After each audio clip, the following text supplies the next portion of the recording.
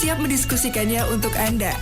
Meninggalnya seorang penyintas COVID-19 ini adalah meninggal dengan keadaan mati, yang matinya itu karena penyakit mematikan atau dikenal dengan taun. Nah, ketika orang sudah meninggalnya dengan taun, hukumnya itu adalah hukum mati syahid. Bersama Prodi Perbandingan Mazhab Fakultas Syariah dan Hukum UIN Sunan Kalijaga, Yogyakarta dalam program Fikih Baru. Setiap Kamis, jam 16.30, waktu Indonesia Barat, hanya di MKFM Jogja, Inspirasi Keluarga Indonesia.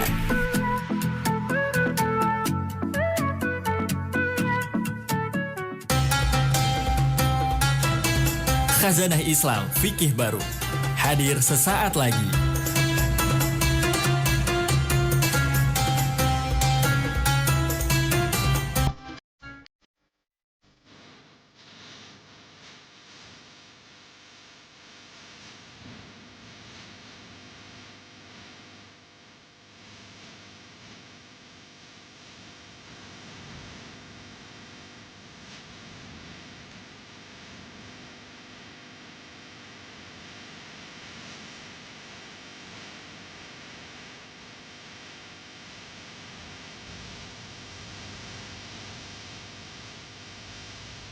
Bismillahirrahmanirrahim. Assalamualaikum warahmatullahi wabarakatuh. Dipancar luaskan dari Gedung 1 Lantai 2 Universitas Amikom Yogyakarta, 92,3 MKFM Jogja, Inspirasi Keluarga Indonesia. Alhamdulillahirabbil alamin. Selamat sore sahabat MK. Bagaimana kabar puasa Anda di sore hari ini, di hari Kamis 5 Ramadan 1443 Hijriah, atau juga bertepatan dengan tanggal ke-7 di bulan April 2022. Semoga di pekan pertama, di 10 hari pertama bulan Ramadan, ini semangat kita masih terjaga begitu ya sahabat MK ya. Jangan sampai kendor nanti, supaya di 10 hari berikutnya sampai nanti tuntas Ramadan, ini semangat kita tidak mengendur untuk menjalankan ibadah di bulan suci Ramadan. Karena tentu bulan Ramadan ini kita tahu kemuliaannya beragam begitu sahabat MK, sehingga tentu kita sebagai umat muslim sangat menunggu momentum untuk beribadah di bulan Ramadan. Pun di bulan Ramadan ini setiap muslim yang memenuhi syarat wajib melakukan puasa selama 1 bulan penuh. Tapi tentu kalau kita, kebetulan saya perempuan juga gitu ya sahabat MK ya. Kalau kita, saya begitu dan sahabat MK yang perempuan, barangkali kalau di dalam aturan Islam ini ternyata ada batasan-batasan ibadah ya untuk perempuan yang balik, yang mengalami haid atau nifas. Sehingga kalau perempuan ini biasanya kalau ditanya puasa penuh atau enggak, jawabannya enggak ya sahabat MK, kan ada bolongnya begitu ya, karena tadi ada halangan atau ada keterbatasan. Kalau di Islam begitu, ketika perempuan yang sedang haid atau menstruasi atau nifas begitu di bulan Ramadan dilarang melaksanakan ibadah puasa dan kemudian wajib untuk qada atau wajib untuk menggantinya di lain hari. Nah, ini yang nanti akan kita bahas sahabat MK, bagaimana kemudian fikih ini mengatur tentang ibadahnya perempuan. Karena kalau dipikir secara logika manusia ya istilahnya, ini rasanya kalau jadi perempuan kita sudah menunggu-nunggu bulan Ramadan datang, tapi ternyata ada keterbatasan nih, kita jadi tidak bisa maksimal di bulan Ramadan karena ada tadi bolongnya itu sahabat MK. Tapi sebetulnya seperti apa sih fikih Islam mengatur ini? Kita akan memperbincangkannya bagaimana perempuan dan perjuangan berpuasa sore hari ini. Sahabat siar Anda Dina Amalia sudah ditemani oleh narasumber kita sahabat MK. Ada Ibu Fitria SAG MAG selaku dosen Prodi Perbandingan Mazhab Fakultas Syariah dan Hukum UIN Sunan Kalijaga Yogyakarta. Terhubung melalui Zoom meeting MKFM, kita sapa. Assalamualaikum warahmatullahi wabarakatuh Bu Vita. Ya, waalaikumsalam warahmatullahi wabarakatuh. Selamat sore Mbak Dina. Alhamdulillah, selamat sore juga Bu Vita. Sehat Ibu? Alhamdulillah. Hari ini puasa Ibu? Insya Allah puasa ya, betul. Iya. Karena kalau pertanyaannya terhadap sesama perempuan biasanya gitu ya Bu ya, hari ini puasa atau tidak ya gitu. Karena tadi seperti yang kita bahas di awal, kalau perempuan ada hari-harinya untuk tidak berpuasa. Tapi nanti sebelum kita bahas begitu Bu secara khusus tentang perempuan dan juga puasa, mungkin bisa disampaikan terlebih dahulu kepada sahabat MK, sebetulnya apa sih esensi yang terkandung atau nilai-nilai dasar apa yang terkandung di dalam fikih ibadah terkait dengan ibadah puasa ini sendiri, Ibu? Ya, terima kasih Mbak Dina. Sebelumnya saya akan menyapa dulu sahabat MGFM. Mudah-mudahan semuanya sehat dan lancar dalam menjalankan ibadah puasa ini. Selamat menjalankan ibadah puasa sampai akhir. Semoga kehusukan ini bisa tercipta ya dengan baik ya. Baik Mbak Dina, tadi terkait dengan esensi fikih ibadah ya sebelum masuk dalam puasa, karena puasa adalah bagian dari ibadah, maka kita tidak bisa lepas dari hal-hal pokok nilai dasar dalam ibadah itu. Sebenarnya yang harus ada itu apa saja, nilai-nilai apa saja.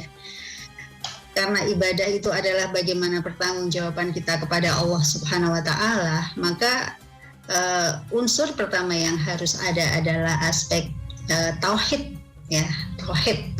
Nah, ini seperti apa yang ada dalam surat Al-Baqarah ayat 21 ya, ya ayyuhan nasu ubudu rabbakumul ladzi khalaqakum wal ladzina min qablikum la'allakum tattaqun.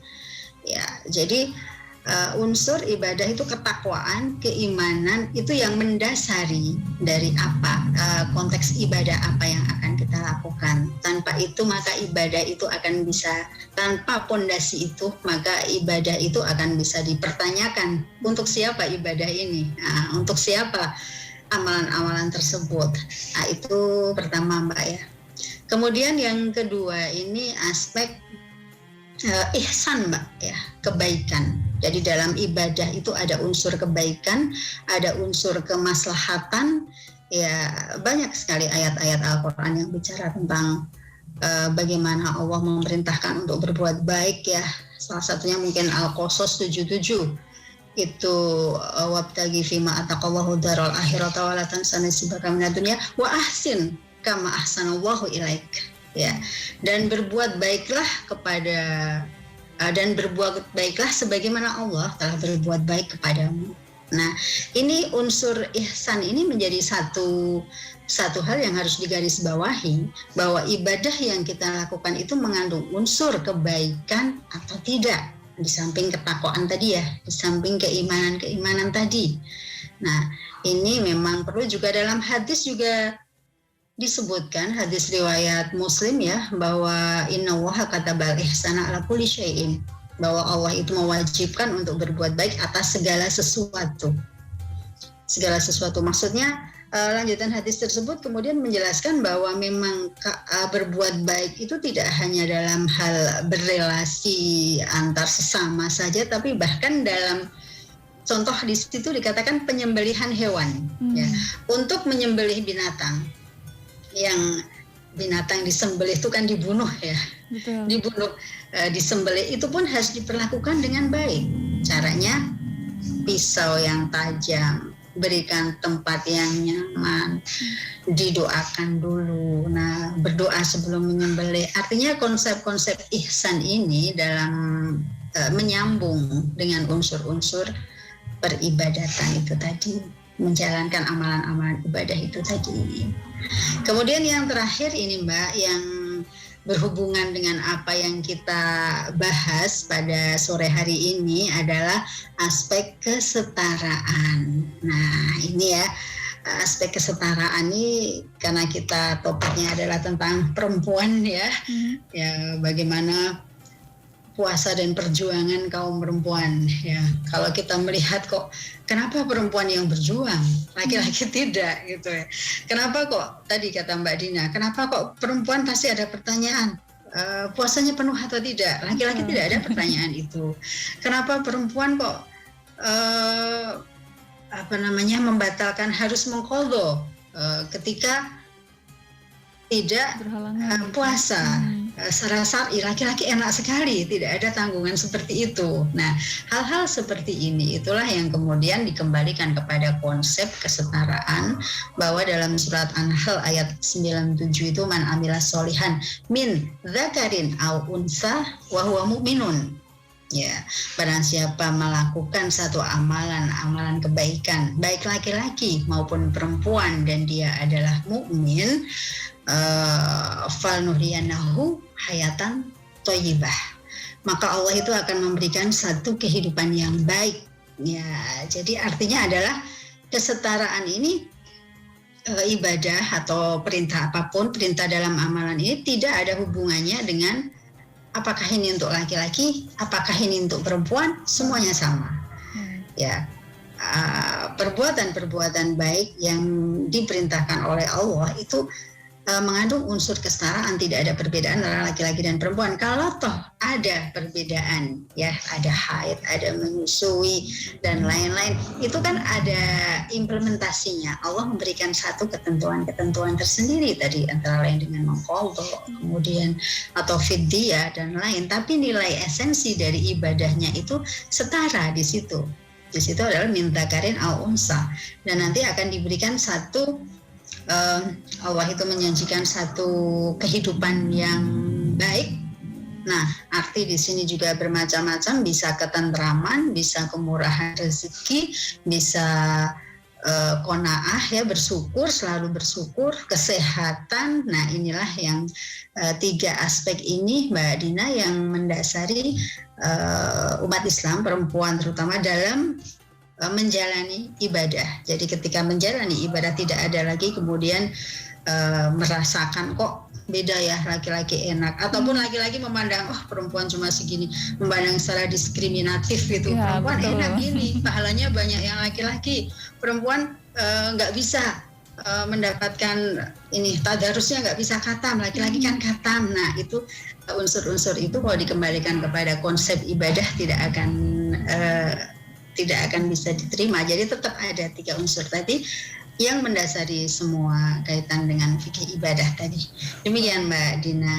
Masya Allah, jadi ada tiga aspek tadi, tiga unsur ya Bu Vita. Ada unsur tauhid, kemudian juga unsur ihsan, dan juga unsur kesetaraan. Termasuk dalam menjalankan ibadah puasa juga tiga unsur itukah yang terpakai Ibu? Betul Mbak. Dalam menjalankan ibadah puasa itu malah kalau kita lihat nilai-nilainya akan lebih konkret lagi ya. Itu kan tadi tiga unsur mendasari semua aspek bagaimana ibadah kita, ketundukan kita kepada Allah secara umum. Ya. Nah, kalau masuk dalam ibadah puasa itu sendiri, ya seperti kita lihat ayatnya yang sudah cukup populer ya. Ya ayyuhalladzina amanu kutiba alaikumusyamu kama kutiba alal ladzina min qablikum la'allakum tattaqun, Al-Baqarah 183. La'allakum tattaqun itu kan ketakwaan. Jadi di sini unsur ketakwaan itu dalam ibadah puasa itu ada. Jadi bagaimana supaya kamu bertakwa. Artinya puasa ini yang dilakukan oleh umat Islam itu adalah bagaimana dilandasi oleh ketakwaan. Kalau dikaitkan dengan dasar tadi, dasar nomor 1, landasan tauhid itu ya. Tadi. Ya, jadi landasan tauhid tadi itulah yang kemudian mendampingi ketakwaan kita kepada Allah. Ya, jadi lapar, tapi karena takwa. Jadi ya itu memang harus kita lakukan gitu. Karena kita ada satu di situ sisi itu bagaimana ketundukan kita kepada Allah, kepada Sang Pencipta, ya apapun yang terjadi itu yang harus kita lakukan. Tidak mungkin kalau ketakwaan, aspek ketakwaan itu tidak harus dirasionalkan ya. Kalau ada rasionalnya ya mungkin dengan berhubungan dengan yang lain-lain, nanti berhubungan kesehatan itu kan aspek-aspek yang mengikuti. Gitu. Kemudian kedua Mbak, selain ketakwaan ada juga pendidikan moral. Nah ini ya, menahan nafsu, menahan segala perbuatan maksiat. Kenapa gitu? Kenapa kok bisa ya umat Islam kok bisa menahan segala perbuatan maksiat di bulan puasa ya? Meskipun kadang-kadang di bulan-bulan lain lepas ya Mbak ya, kadang-kadang tidak terkontrol, tapi kalau bulan puasa pasti ini bulan puasa, jadi menjadi satu bulan yang istimewa. Saya harus memberikan sesuatu yang lebih, saya harus mendekatkan diri kepada Allah yang lebih. Itu kan berarti ada unsur bagaimana pendidikan moralnya itu juga terbentuk. Saya nggak boleh bohong. Kalau hari-hari biasa mungkin tidak terkontrol, tapi ketika ingat ini bulan puasa. Nah, ini seharusnya kan menjadi satu pembelajaran yang bukan hanya diterapkan puasa saja ya, betul, karena unsur aspek nilai-nilai itu kan sangat bagus sekali. Sayang kalau hanya 1 bulan itu saja. Nah, ini kan pendidikan ya, pendidikan moral. Ada lagi Mbak, disiplin. Ya, disiplin ya Mbak ya. Jadi terutama kita lihat anak-anak kita yang masih kecil, dia sudah mulai belajar disiplin. Dia mau dibangunkan sahur itu kan sulit sekali ya, tapi mau melihat keluarganya sahur dibangunkan mau. Jadi nilai-nilai itu sudah tertanam, ada unsur kedisiplinan. Atau mungkin kita yang sudah dewasa ini ya, punya banyak sekali peluang sebenarnya untuk bisa makan sembunyi-sembunyi, misalnya di kamar sendiri, nggak ada yang tahu kok. Betul. Di depan orang kan kita tanya puasa, takjilan ikut takjilan, buka bersama ikut, taraweh ikut, nggak ada yang nyangka lah kalau mungkin nanti akan kok minum sudah makan lah ya, gitu. Nggak tahu. Nah itu tidak melakukan itu karena apa? Karena kedisiplinan itu sudah terlatih ya. Seperti hadis riwayat Bukhari Muslim juga mengatakan bahwa semua amalan, semua ibadah yang dilakukan oleh anak Adam itu adalah milik dia sendiri kecuali puasa. Puasa adalah milikku. Nah, ketika umat Islam itu memahami bahwa puasa itu adalah milik Allah, maka dengan sendirinya dia sudah kontrak dengan Allah, ini puasa ini untukmu ya Allah, jadi saya tidak akan mengkhianati apa yang sudah kau percayakan kepadaku, saya akan menjalankan puasa ini dengan baik. Itu seperti itu. Jadi bagus di sini dari sisi pendidikan karakternya ya, ada disiplin, ada moral, kemudian solidaritas. Nilai-nilai ini muncul di sini. Solidaritas, kepedulian kepada kaum du'afa. Ya, banyak sekali yang berderma di bulan ini. Takjil saya tanggal sekian, saya takjil di masjid sana tanggal sekian. Kemudian ada orang yang biasanya ada tukang becak Mbak yang suka, atau kaum du'afa yang suka di depan rumah, ngetuk rumah minta zakat Bu, zakat. Nah, kita kalau bulan puasa kita enteng saja ngasihnya ya. Itu kan sesuatu yang terbentuk dari nilai-nilai ini, bahwa ada solidaritas, kepedulian ya. Kemudian bagaimana kita memberi, merasakan yang dirasakan oleh orang-orang yang prihatin. Nah, seperti itu ya. Juga dilakukan. Jadi banyak sekali. Ada lagi mungkin ukhuwah Islamiyah ya, jadi sering kumpul bareng, sholat tarawih, subuhan, pengajian jadi lebih intensif, buka bersama, takjilan bareng. Kalau yang tadinya mungkin ketemu belum tentu sebulan sekali ya, pengajian mungkin tadinya sebulan sekali, sekarang tiap hari ada tarawih, ada kuliah subuh. Nah, ini kan sesuatu yang positif. Dan yang terakhir kesehatan ya, sumu fasihu, bahwa Rasulullah pun mengatakan bahwa berpuasalah maka kamu akan sehat, dan itu ternyata dari secara medis juga ternyata membawa manfaat yang sangat banyak. Lambung bisa istirahat. Nah, ini kira-kira nilai-nilai dalam ibadah puasa Ramadan sendiri itu cukup banyak. Kalau dikembangkan lagi ini Mbak Dina, itu akan bisa membangun karakter yang baik untuk umat muslim yang menjalankan ini. Dan lagi kembali kepada aspek kesetaraan ya, ini semuanya berlaku untuk laki-laki dan perempuan, hal-hal tadi. Nah, meskipun perempuan mungkin sedang tidak puasa karena halangan syar'i ya di rumah, bukan berarti kemudian sehari makan 3 kali, masak apa yang mau saya nggak puasa kok, saya toh nanti qadha gitu, kemudian masak seenaknya, makan seenaknya, ini gitu ya Bu ya bahasanya. Tidak terjadi seperti itu. Jadi tetap ada unsur ibadahnya tetap, tapi halangan bagi perempuan itu adalah sesuatu yang nilai ibadahnya sama. bagaimana dia mengqadha dan tidaknya itu kan keterkaitan dengan bagaimana aspek ketakwaannya itu tadi. Nah, itu yang nantinya akan coba kita bahas lebih lanjut ya Bu Vita, bagaimana kemudian perempuan menempatkan diri begitu ya Bu ya, utamanya ketika di bulan Ramadan, ketika tadi ada halangan syar'i. Yang lainnya mungkin bisa ibadah seperti biasa, tapi perempuan bagaimana kita tetap beribadah dan tetap meningkatkan ketakwaan kita di bulan mulia yang ini. Dan tadi juga seperti yang sudah disampaikan oleh Bu Vita, Masya Allah ada banyak sekali ya aspek-aspek ibadah begitu ya, aspek-aspek yang bisa kita dapatkan sahabat EMQ dengan ibadah puasa. Nanti kita masih akan melanjutkan kebersamaan kita dalam Fikih Baru di segmen selanjutnya. Dan untuk Anda juga kami undang sahabat MQ untuk yang ingin berbagi, ingin bertanya. Mungkin ibu-ibu nih ada pertanyaan gitu ya. Karena biasanya merasa resah gitu ya Bu Vita ya, kalau perempuan ini ya tadi ada halangan-halangan puasa. Tadi kalau di segmen sebelumnya sudah disampaikan oleh Bu Vita terkait dengan aspek-aspek atau unsur-unsur dalam ibadah maupun dalam spesifiknya dalam ibadah puasa begitu ya. Dan salah satu unsurnya ini adalah unsur kesetaraan. Termasuk juga kalau satu ayat tadi yang sudah di-mention begitu, sudah disebutkan oleh Bu Vita, besar hukum berpuasa ini juga mentionnya untuk semua orang mukmin begitu ya Bu Vita ya ayyuhalladzina amanu, bukan spesifik orang beriman yang laki-laki atau yang perempuan begitu, tapi semua orang beriman. Nah tapi Bu Vita ini mungkin juga sahabat MQ bertanya-tanya, lantas ketika misalnya tadi perempuan ada halangan syar'i begitu, ada kendala-kendala syar'i di dalam menjalankan ibadah puasa, aspek kesetaraannya dalam ibadah itu seperti apa Bu? Oh ya, baik Mbak Dina ya. Iya,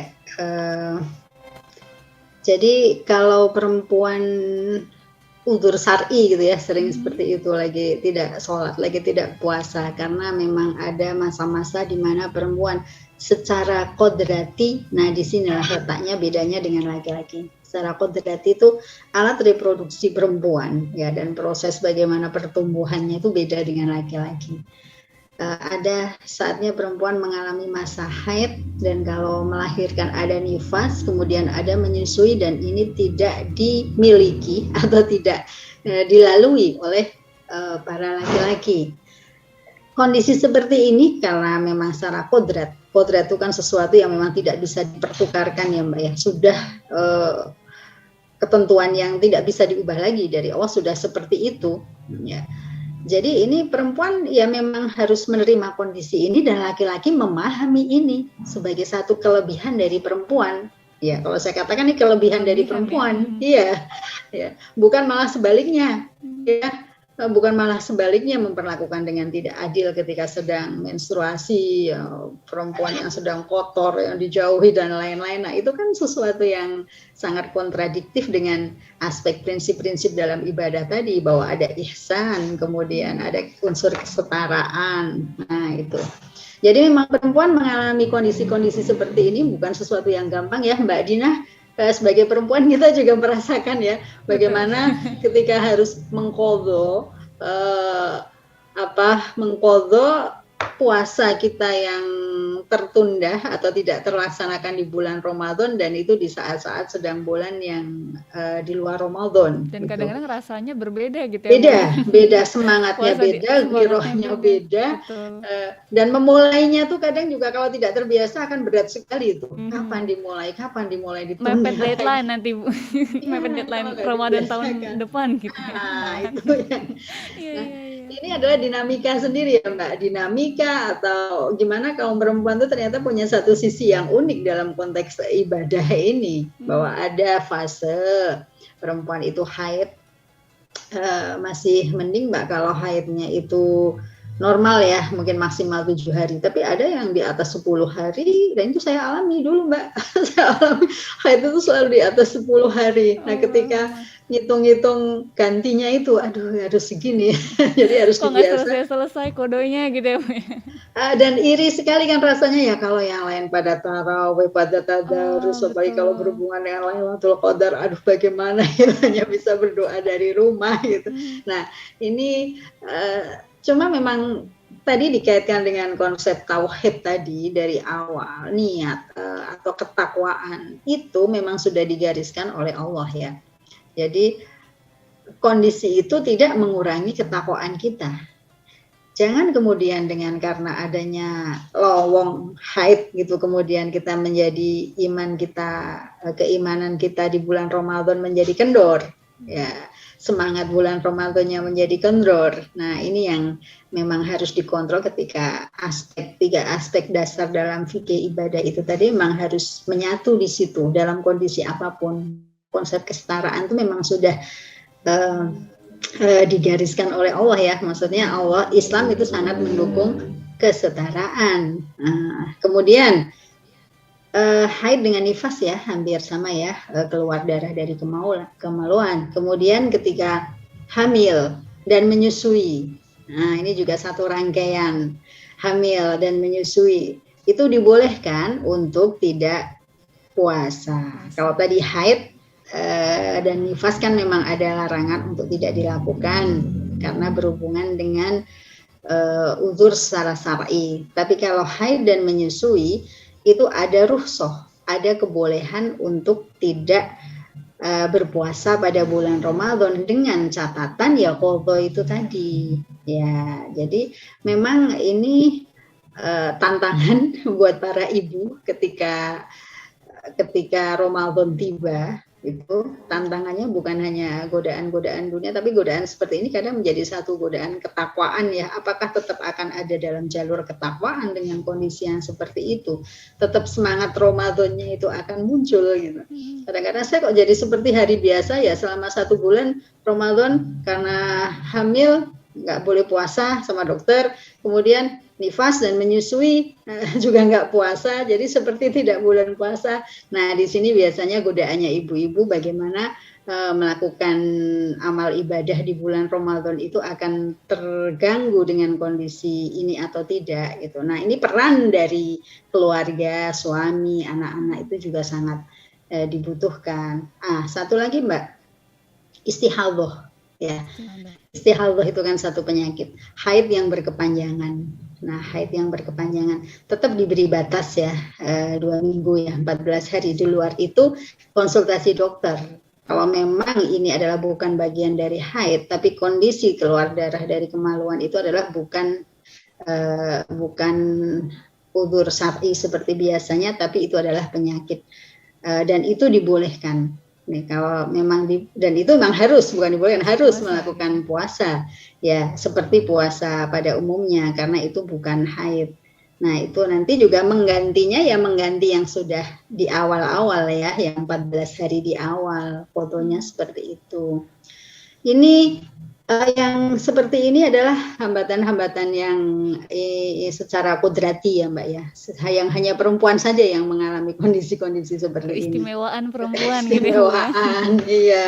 Ada lagi mungkin faktor-faktor lain yang sebenarnya seperti mungkin bagaimana kalau perempuan itu memasang alat KB ketika bulan Ramadan. Iya, Nah, itu kan juga itu perlu menjadi pertanyaan juga. Kemudian bagaimana ketika boleh nggak sih saya tuh nggak mau qadha, kemudian ketika ibadah puasa bulan Ramadan tuh minum pil penunda haid. Nah, ini kan juga mempengaruhi bagaimana aspek ketakwaan kita kepada Allah. Boleh nggak sih biar nggak usah pakai utang-utang, nggak usah qadha, nggak usah mikir utangnya berapa, lupa nanti. Nah, itu selama Ramadan minum pil penunda haid. Nah, ini kan yang seperti ini juga menjadi perdebatan. Ada yang memang tidak ada, sebenarnya secara tertulis tidak ada pelarangan, tapi kan juga dipertimbangkan aspek kemaslahatan secara medis bagaimana, secara fisik kesehatannya bagaimana. Ya, kalau haji kan memang beberapa ya melakukan karena ada unsur-unsur darurat, haji hanya dilakukan pada saat itu dan tidak ada ganti. Kalau ini ketika ini diberi kesempatan untuk mengqadha, apakah memang perlu dengan menggunakan pil penunda haid. Nah, kalau Quraisy Shihab itu mengatakan mungkin iya, memberhentikan keluarnya darah itu betul, tapi secara psikis secara psikis hormon-hormon itu kan tetap berjalan gitu. Jadi secara psikis dia ya perempuan haid. Nah gitu. Ini juga menjadi satu perdebatan. Dan yang paling sering Mbak, ibu-ibu nih ya, kalau puasa itu kan bisa masak, menyiapkan buka takjil atau untuk keluarga. Nah, mencicipi makanan itu boleh atau tidak? Nah, mencicipi itu juga ini juga biasanya bidangnya perempuan nih. Ya, boleh nggak ini kalau nggak dicicipi nanti rasanya bagaimana? Nah, itu ada yang mengatakan asal tidak tertelan ya dibolehkan. Ada yang mengatakan ya makruh. Banyak di sini perdebatan. Inilah kira-kira problematik atau apa ya, dinamikanya perempuan tuh Mbak dalam menjalankan ibadah itu. Sebenarnya di sini yang perlu ditarik atau digarisbawahi adalah bagaimana konsep ketakwaannya, karena puasa ini adalah bagaimana nanti ujung-ujungnya adalah agar kamu bertakwa. Konsep tauhidnya di mana, menjalankannya bagaimana, dan bagaimana menerapkan aspek kesetaraan. Baik. Dan itu juga tadi disampaikan Bu Vita begitu ya, perjuangan berpuasa dari kaum wanita sahabat MK. Dan ini satu kondisi yang memang hanya perempuan saja begitu ya yang menghadapinya, yang melaluinya, sehingga tidak dilalui oleh laki-laki. Tadi disampaikan memang secara kodrati ini perempuan tidak bisa menjalankan puasa secara penuh begitu ya, dan diwajibkan untuk mengqadha pada hari lain setelah Ramadan. Nah, untuk pelaksanaan qadhanya sendiri gitu Bu, ini seperti apa sih kalau di dalam Islam, atau kalau tidak salah selain qadha perempuan juga diperbolehkan untuk membayar fidyah gitu ya Bu ya? Iya betul Mbak Dina. Jadi memang ada kriteria-kriteria ya para umat atau orang yang boleh untuk tidak melaksanakan ibadah puasa. Tadi seperti hamil dan menyusui, kemudian ada walaladina yutikuna, kalau ada yang tidak, walaladina yutikunahu fidyatun ta'amu miskin. Jadi kalau misalnya dia tidak merasa berat itu dalam menjalankan ibadah puasa tersebut ada masakoh, ada unsur yang memberatkan gitu, maka dia harus memberikan fidyah kepada orang miskin, fidyah makanan. Nah ini, atau mungkin orang yang bekerja berat, atau mungkin juga kemudian diluaskan lagi sopir antar pulau misalnya, yang kalau memang dia berpuasa akan mengganggu pekerjaannya. Nah jadi itu yang ayat 184 itu memang fokus kepada bagaimana ada hari-hari tertentu di mana umat Islam itu yang tidak menjalankan ibadah puasa, yang mendapatkan rukhsah dari Allah terkait dengan poin-poin tadi, boleh menggantikan dengan qadha atau dengan fidyah. Nah sekarang kalau kita kembali kepada aspek umat Islam, perempuan, aspek perempuan yang hamil dan menyusui, boleh atau tidak itu bagaimana di qadha atau memberikan fidyah. Nah ini ada beberapa perbedaan pendapat Mbak sebenarnya kalau kita melihat alasan kenapa perempuan hamil dan menyusui itu tidak melaksanakan puasa adalah karena melindungi kesehatannya dan melindungi janin yang ada di dalam kandungan, atau melindungi anak yang sedang disusui. Nah gitu kan, membutuhkan banyak asupan gizi gitu ya. Tapi meskipun sekarang juga banyak ya ibu hamil dan menyusui yang tetap menjalankan, itu tetap harus dalam pantauan dokter kalau hal yang seperti itu, atau pantauan ahli. Nah, memang nanti asupan gizinya terpenuhi atau tidak begitu. Nah sekarang ternyata alasan-alasan tersebut itu juga menjadikan satu kriteria tersendiri bagi para imam mazhab dalam menyikapi gitu. Jadi misalnya alasannya kenapa? Alasan tidak puasanya itu karena melindungi diri sendiri, atau melindungi anak, atau melindungi dua-duanya. Kalau memang karena melindungi diri sendiri dan anak, ini Imam Hanafi ya, itu qadha.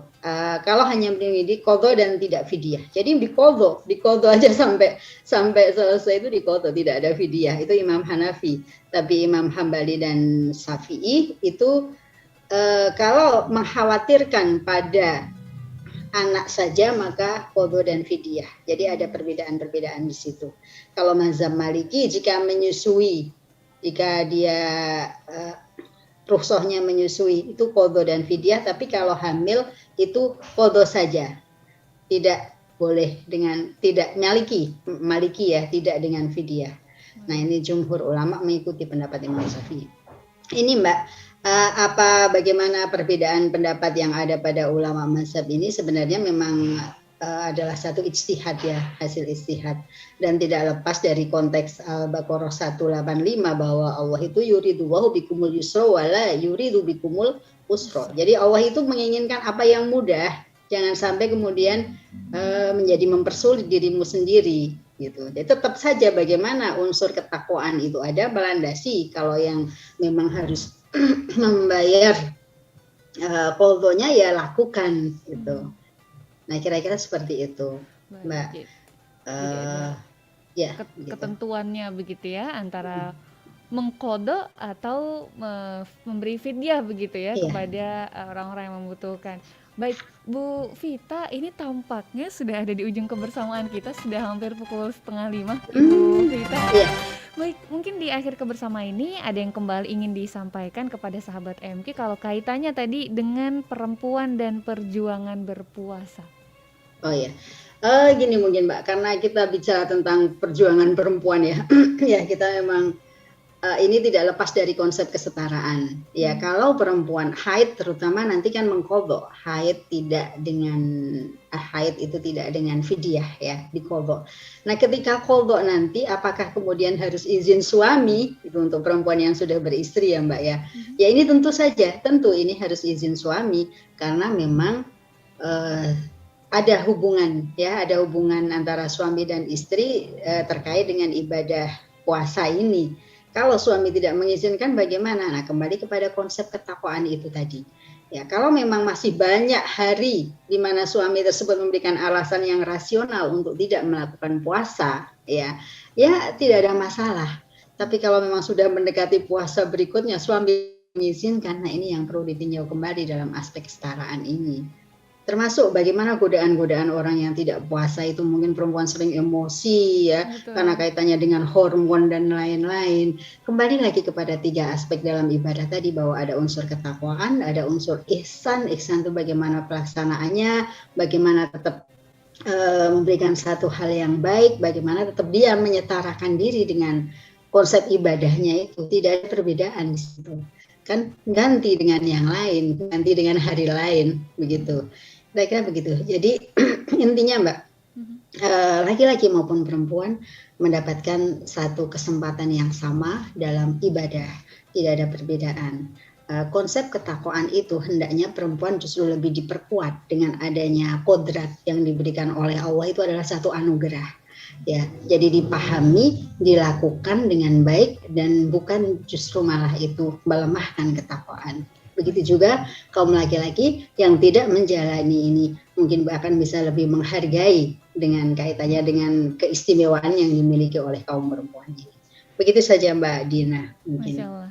Terima kasih banyak Ibu Vita untuk penjelasannya bagaimana perempuan dan perjuangannya dalam ibadah puasa begitu ya. Ini semoga bisa dipahami utamanya untuk kaum perempuan bahwa kondisi ini adalah keistimewaan begitu, kelebihan yang dimiliki oleh perempuan, dan tadi juga semoga para laki-laki ini bisa lebih memahami dan juga menghargai begitu ya kondisi yang sudah digariskan atau kodrati tadi istilahnya. Terima kasih banyak Bu Vita untuk ilmu yang sudah disampaikan kepada sahabat EMQ di sore hari ini. Sehat selalu Bu Vita. Terima kasih Mbak Dina, terima kasih atas selamat menunggu buka puasa Bu. Iya, saya mau menyiapkan buka puasa dulu. Ya, makasih Mbak Dina. Assalamualaikum. Waalaikumsalam warahmatullahi wabarakatuh.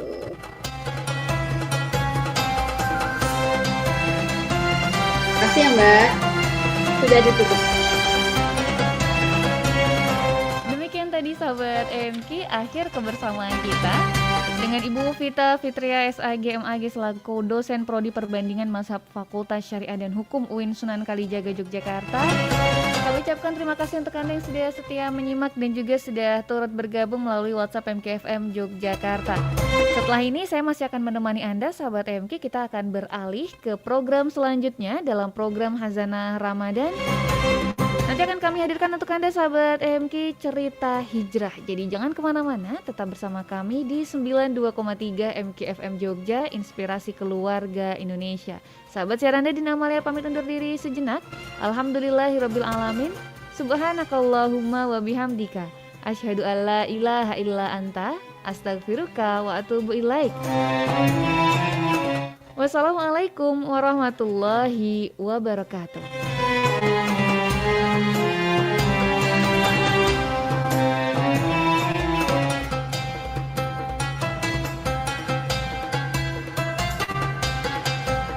Terima kasih Anda telah menyimak Khazanah Islam Fikih Baru.